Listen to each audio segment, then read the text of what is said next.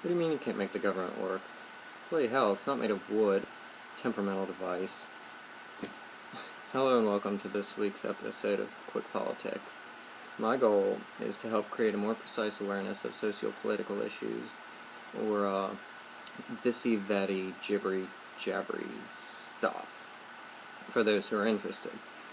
This week I've chosen to use a relatively neutral concept, partisanship. And so, without further ado, Geronimo. Now, partisanship, for those who aren't entirely sure, is a devotion to a particular group. In the case of politics, this may run independent of constituent interests. To help visualize our situation, I have a miniature of the Washington Monument. And although the occurrences I'm about to present are coincidental, they still offer an exemplary parallel to our situation, being Congress as a whole and the political parties as well. The monument, standing at 555 feet tall, is one profound devotion to our country. And on the outside there are three divisions. One at 150 feet tall, where the styles of marble have been changed due to issues in funding and construction, and at the peak is an aluminum capstone. So let's look at this a little differently, because on the surface those look like useless trivia. Let's say that one layer of marble appears to be the House of Representatives, the next the Senate, and the peak is the President. They're all completely different, yet they all perform a similar function in that they must work together to form a structure to make everything work. Let's look at this another way, more pertinent to partisanship.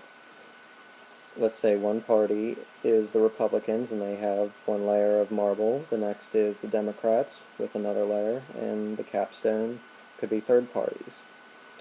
They, although they're completely different, are still very much the same. They all work together, forming the basis on their constituents or their contents of the marble or the aluminum, depending on which layer you're looking at. You must use these to help form their structure and build a basis for what they wish to accomplish. The last time I was in D.C., which was this summer flying out of Reagan, the monument was under repairs. And we could look at this as an allusion to the repairs that the U.S. itself needs in its political issues. Contrary to popular belief, partisanship is anything but a new concept to this country. Even our founding fathers, the men who created the Constitution, they who struck the biggest bipartisan agreement in history, had their disagreements, as both strict and loose constructionists. George Washington, who worked amongst Jefferson and Adams daily, was against bipartisanship, seeing that it could tear his country apart. Jefferson and Adams were two of the most politically diverse figureheads of the time, and Washington worked with them daily. Nearly 100 years later, this tearing of the country actually happened with the Civil War. Although, to say it was political partisanship isn't entirely accurate, as parties were divided along geography as opposed to political boundaries.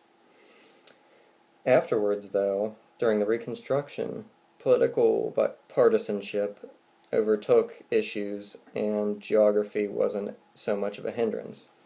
During Reconstruction, there were differences on whether or not to make the South pay heavier or worse reparations, and so this led to great political debate that went on for a couple decades. This brings us to politics today. We recently returned from the government shutdown, which was due solely to Democratic and Republican partisanship and unwillingness to compromise.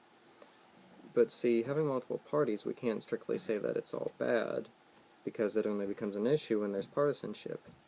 In reality, to have strong support for multiple parties is quite a good thing, because it can voice the opinions of those who can't quite make themselves heard, and it can provide different perspectives on issues. Now, let's take a look at an incoming politician. He'll come in with his agendas and personal orientations, political agendas, not only for himself, but his constituents as well.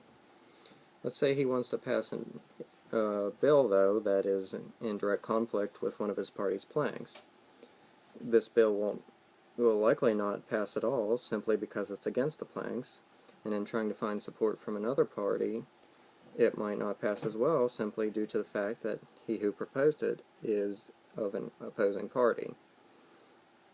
Now let's say that there's all against one, like the late Robert C. Byrd, who stood against the Iraq War, knowing then what we know today is that it would accomplish little Congress set out to. He was not successful in stopping it from happening, but his efforts should be well noted because they're an example for what we can accomplish in helping to lessen the effects of partisanship. Do with what you've heard today as you will. My only hope is that it will help to lead to an impossible change. So thanks for watching and tolerating all of my nonsense, whether it be Doctor Who or otherwise. I hope you liked the video. If so, click the upvote down there, as well as the subscribe button so you can listen to more of my videos in the future. And if you have any comments, leave them in the section further below. So thank you, and check in next week for my video on the sequester. And in case you were looking for the K at the end of Quic, here it is at the end like it should be. Potassium. Bye.